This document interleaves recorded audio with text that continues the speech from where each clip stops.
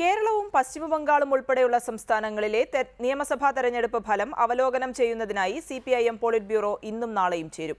പശ്ചിമബംഗാളിൽ ഇടത് കോൺഗ്രസ് സഖ്യത്തിന് ചുക്കാൻ പിടിച്ച സീതാറാം യെച്ചൂരിക്കെതിരെ PB യോഗത്തിൽ വിമർശനമുണ്ടാകും. മുൻ പ്രതിപക്ഷ നേതാവ് VSന് നൽകേണ്ട പദവികളെ സംബന്ധിച്ച് യോഗത്തിൽ ധാരണയാകും. സംസ്ഥാന സർക്കാരിന് ഉപദേശകൻ വരുന്നതിന് തെറ്റില്ലെന്നും പിണറായി അഭിപ്രായപ്പെട്ടു.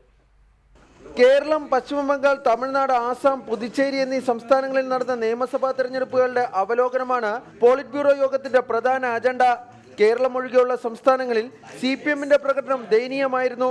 പശ്ചിമബംഗാളിൽ ഇടത് കോൺഗ്രസ് സഖ്യത്തിന് ചുക്കാൻ പിടിച്ച സീതാറാം യെച്ചൂരിക്കെതിരെ PBയിൽ വിമർശനമുയരും. പാർട്ടി കോൺഗ്രസ് പാസാക്കിയ രാഷ്ട്രീയ അടവ് നയം പാർട്ടി ജനറൽ സെക്രട്ടറി തന്നെ അട്ടിമറിച്ചെന്ന ആരോപണമാകും സീതാറാം നേരിടേണ്ടി വരിക.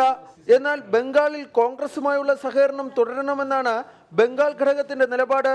പ്രതിപക്ഷ നേതാവ് VS അച്യുതാനന്ദന് നൽകേണ്ട പദവികളെ സംബന്ധിച്ചും പോളിറ്റ് ബ്യൂറോയിൽ ധാരണയാകും.